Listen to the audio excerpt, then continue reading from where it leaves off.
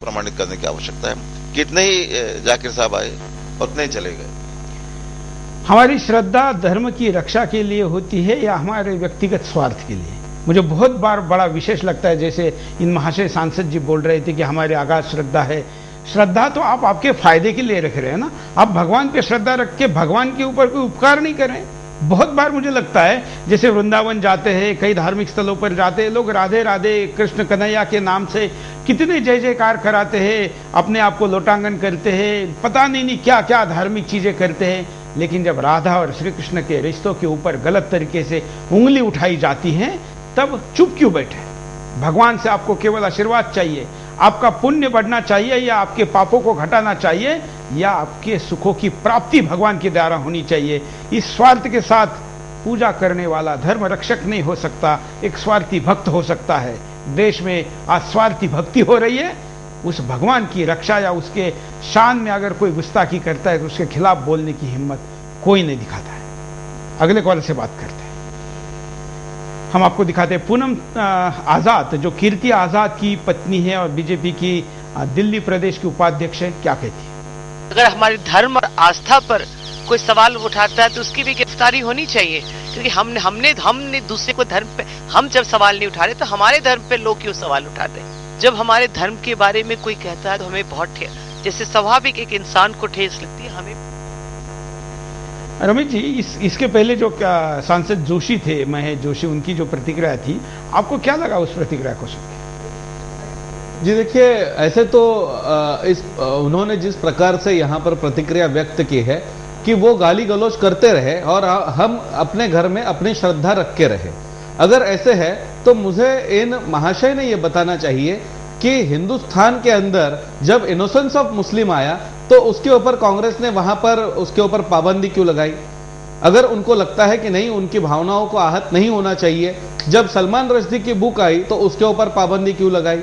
अगर उनको लगता है कि नहीं, इनकी भावनाओं को आहत नहीं करना चाहिए, किसी ने ठेस नहीं पहुंचानी चाहिए, तो फिर हिंदुओं की भावनाओं को ठेस जब पहुंचाई जाती है तब हम चुप रहे, और जब उनकी भावनाओं को आहत करते हैं कोई तो उसके बारे में लेकिन कानूनन कार्रवाई होनी चाहिए। हमारी मांग यह है कि गवर्नमेंट का काम है कि कोई भी कानून के प्रावधान को जहां पर तोड़ मरोड़ रहा है तो उसके ऊपर कार्रवाई होनी चाहिए। वो किस धर्म का है, किस जाति का है, ये देखे बगैर। लेकिन इस समय पे ये नहीं कर रहे हैं, वो अपना तुष्टीकरण का काम कर रहे हैं, ये स्पष्टता से दिखाई दे रहा है। बिल्कुल। फेसबुक पर इसी महेश जोशी की प्रतिक्रिया के बाद निर्मला राघवन चेन्नई से प्रतिक्रिया देती है कि डेनमार्क में कहीं कार्टून निकलता है तो भारत में प्रतिक्रिया होती है, लेकिन यहाँ भारत में ही हिंदुओं के खिलाफ अगर जाकिर बात करता है तो उसकी प्रतिक्रिया क्यों नहीं?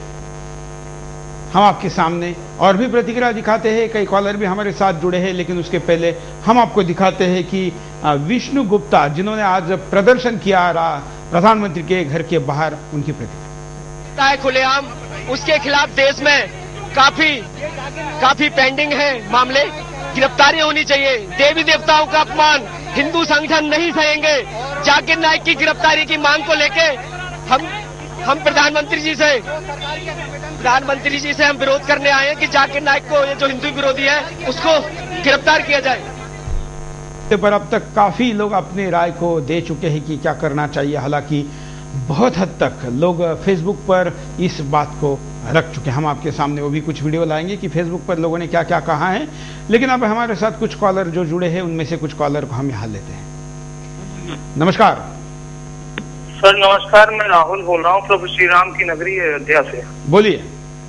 उन प्रभु श्री राम की नगरी से बोल रहा हूँ जिनका नाम जाकिर जैसा एक महामूर्ख लगभग अपने हर भाषा में एक बार जरूर लेता है।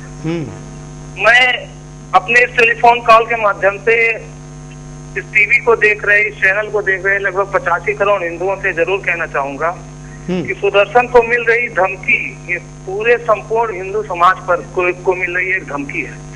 ये सिर्फ एक सुदर्शन को, एक व्यक्ति को या एक पत्रकार या एक चैनल को मिल रही धमकी नहीं है। और जहां तक जाकिर को सुअर कहने पर किसी की आपत्ति का सवाल है तो बस मेरा उससे बस एक सवाल कि अगर उनका खुद का परिवार या उनकी बहन या उनका भाई किसी कन्वर्जन की जद में आया होता किसी व्यक्ति द्वारा, उस व्यक्ति के लिए उसकी प्रतिक्रिया क्या होती? बिल्कुल। और बिल्कुल बिल्कुल। हेलो। हाँ हाँ। और जहाँ तक जाकिर जैसे किसी व्यक्ति की बात है या उसको कोई व्यक्ति बुरा कहे, अगर बुरा को बुरा कहा जाता है तो हमारे देश में उसका मुंह पकड़ा जाता है।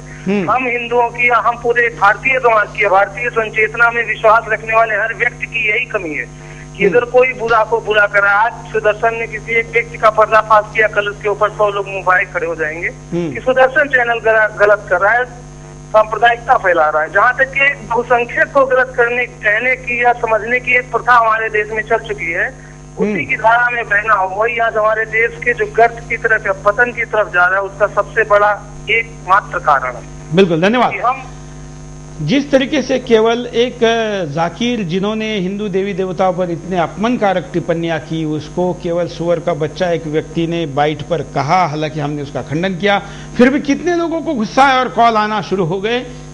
कल्पना करिए, आपको ये कहने पे इतना गुस्सा आता है तो जाकिर जब गणेश भगवान है नहीं, शंकर भगवान है नहीं, या ओ शंकर तू मैं जब बोलता है तो क्या उसके भक्तों को गुस्सा नहीं आना चाहिए? आप अपने से तय करिए कि दूसरे को यह अधिकार है या नहीं। और एक कॉलर हमारे साथ जुड़े हैं, उनकी बात सुनते हैं। नमस्कार। हेलो। बोलिए। हेलो। बोलिए। हेलो।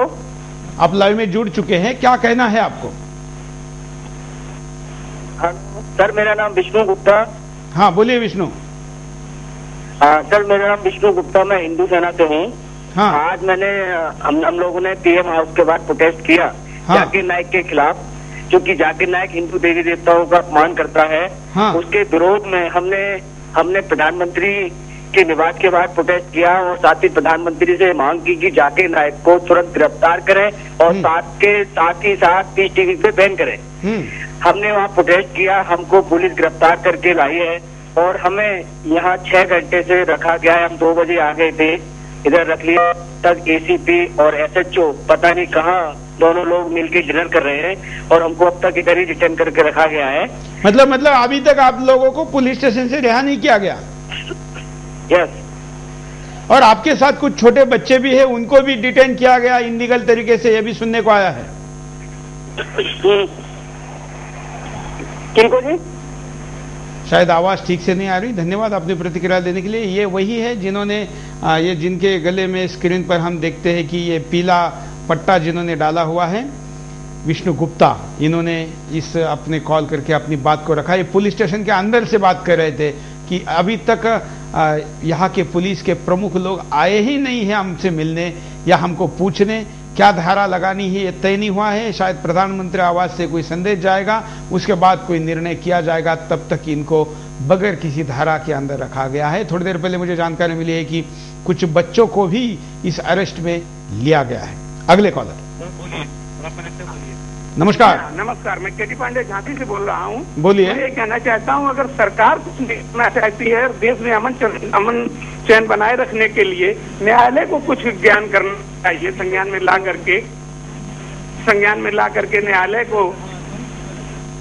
जी हाँ। हाँ, मैं केटी पांडे झांसी से बोल रहा हूँ। यही कि न्यायालय को संज्ञान में ला करके उसका इलाज करना चाहिए और उसे आदेश करना चाहिए कि इसे सेनेट में डालकर इलाज किया जाए। देश में अमन चैन बनाए रखने के लिए बहुत जरूरी है, बहुत बड़ा खतरा हो गया हिंदुस्तान के लिए, क्या ये पूरी दुनिया के सारे लोगों के लिए बहुत बड़ा। जब इस्लाम और वैदिक धर्म सभी इसका खिलाफत कर रहे हैं, तो खुलेआम क्राइम कर रहा है, फिर भी इसके ऊपर कोई कार्रवाई नहीं हो रही है, ये बहुत बड़ी विडंबना है अब तो इस देश की। बिल्कुल, धन्यवाद। अगले कॉलर से बात करते हैं। हेलो। नमस्कार। हाँ जी, बोलिए। हाँ, मेरा नाम अब्दुल कादिर है। हाँ, बोलिए अब्दुल भाई। हाँ, मैं सुदर्शन चैनल को मुबारकबाद देता हूँ।